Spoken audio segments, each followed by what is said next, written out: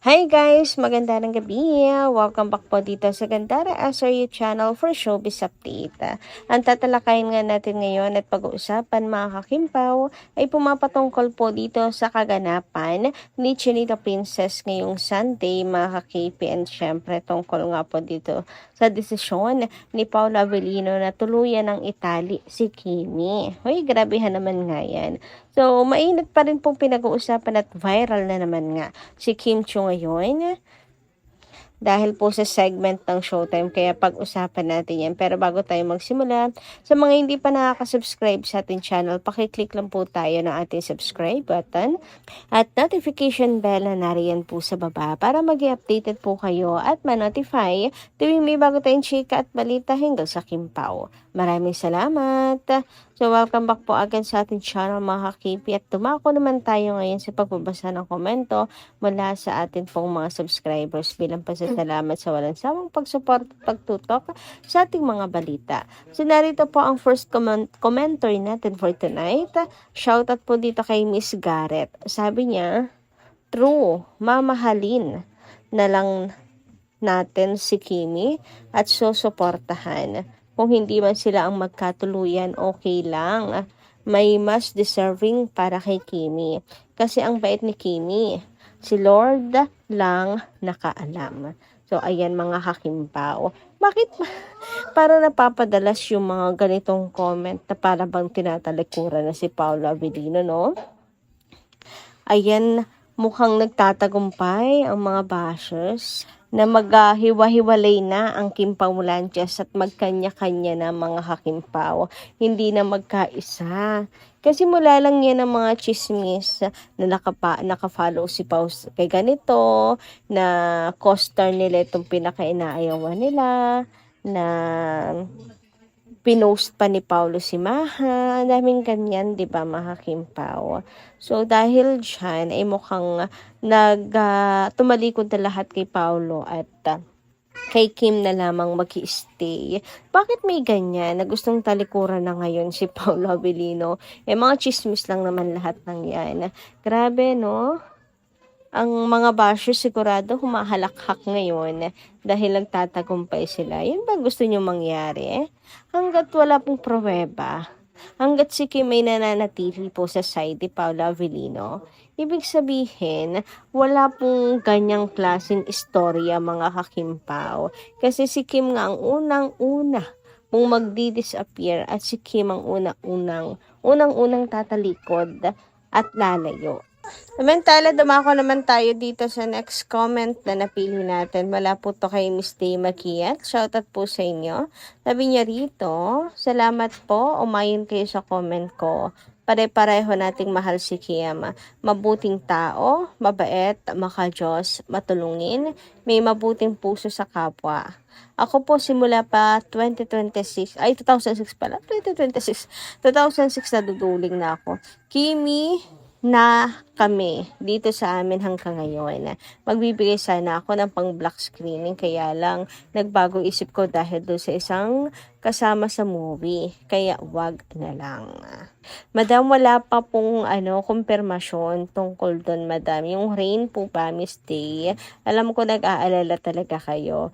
And pinapanalangin ko din na sana'y wala pong isasama sila na kinaayawan ng Kimpaw. At mas magandang linawin na po ng maaga ang mga bagay-bagay bago pa man po lamunin ng tamang hinala ang Kimpaw Lanchas, na baka mamaya nagagalit kayo sa taong wala naman kinalaman or wala pong kaalam-alam sa istoryang namumuo sa atin pong mga isipan. Anyway, lagi ko pong ipapaalala mga kakimpaw na si Kim po ang unang-unang lalayo pag may nakita po siyang red flag sa isang tao. Natuto na po si Kimi sa dalawang naging ex niya, and alam ko si Kim ay kailanman hindi na pong magpapaloko at hahayaan na mangyari ulit yung mga bagay na yun. Hindi na nga po pabata si Chinita Princess para humantong na naman sa isa pong failed relationship mga kakimpaw. Kaya naniniwala ako na si Kimi ay mas wais na po ngayon mga kakimpaw. At saka Isa rin naman ako sa agree sa sinasabi niyo na kung sakali man nga mga kakimpaw na may ganyang mangyari, anuhin pa rin natin, igagalang pa rin sina Kim and Pao. And okay lamang po yun kung hindi sila magkatuluyan. Ganun talaga ang buhay. Pero, wala pa naman mga kakimpaw. Kaya wag po muna tayo magdesisyon ng mga bagay-bagay. Nakaraan, nabalita yan na magkahiwalay na daw ang Kim Pao. Pero 'di ba? Kita niyo naman ang sweetness pa rin ni Kim and Paula Avellino sa California.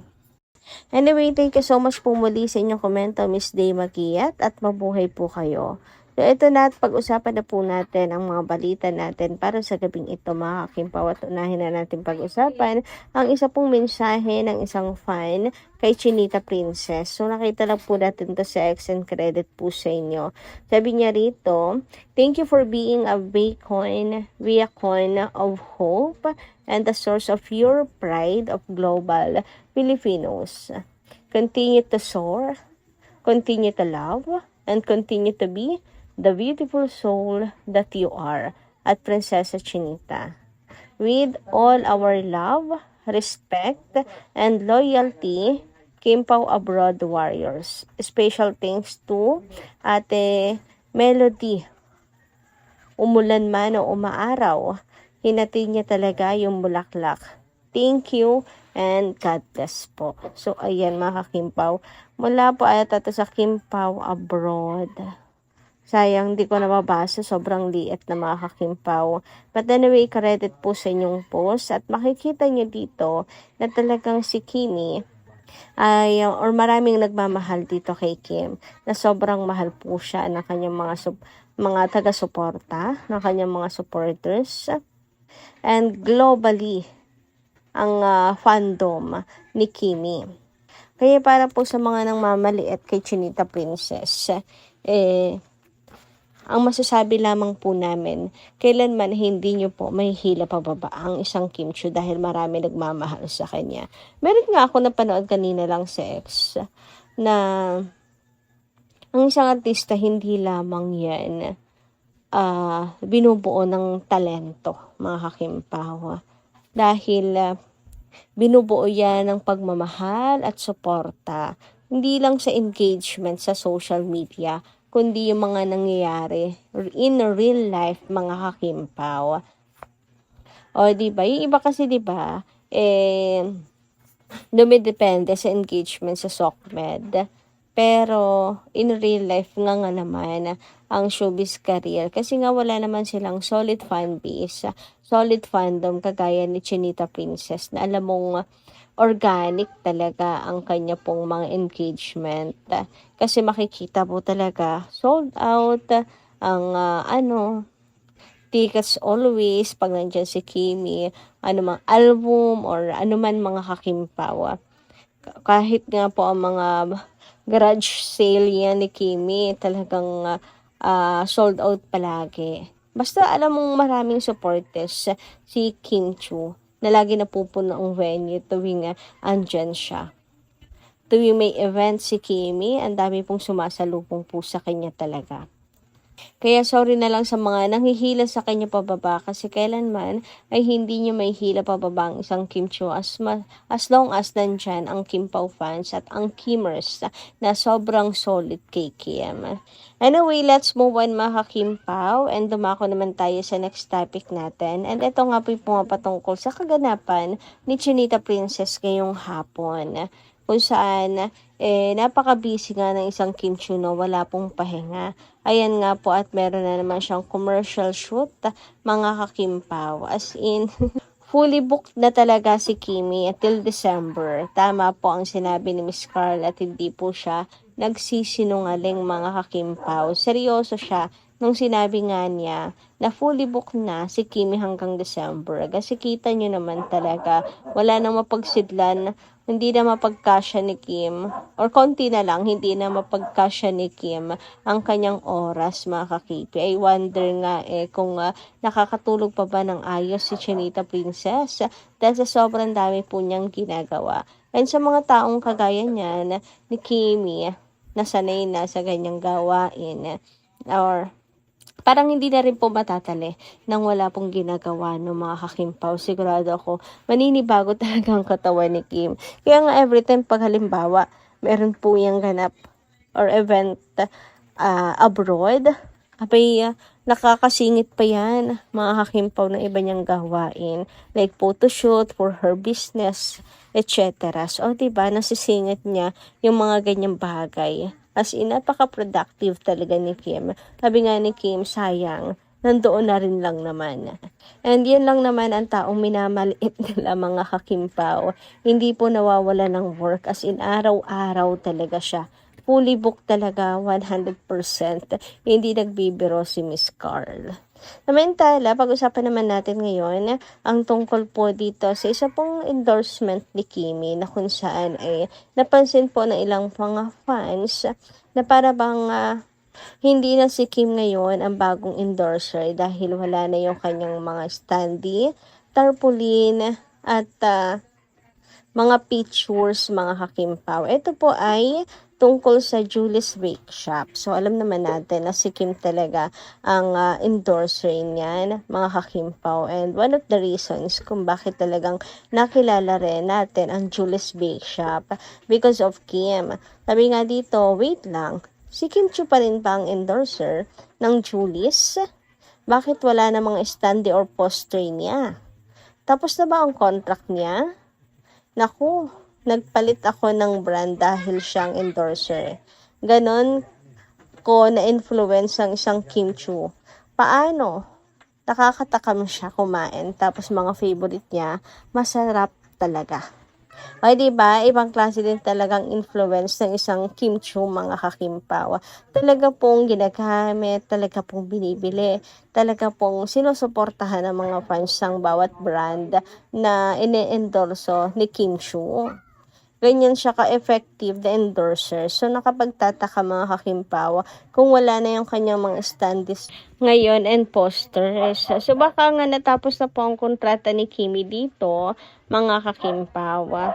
So, baka nga hindi na po siya nag-renew pa ng kanyang contract kasi wala naman po tayo nababalitang terminate, diba? And imposible rin naman. Lahat po ay nagagampanan naman ni Kim Chiu ang kanya pong mga gampanin bilang isang endorser. So, wala naman ako nakikitang reason para terminate yan. Kung hindi, ay end of contract na talaga. At hindi na nirenew pa ni Kimi ang kanyang kontrata dito sa Julie's Bake Shop.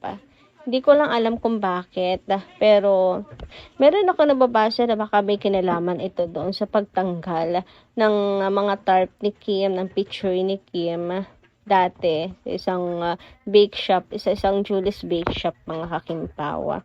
Dahil lang may issue si Kim. So maybe nga, pwedeng yun pong isa sa reasons. Pero sa ngayon wala pa pong official or confirmation kung talagang tapos na ang kanyang kontrata sa Julie's Bake Shop.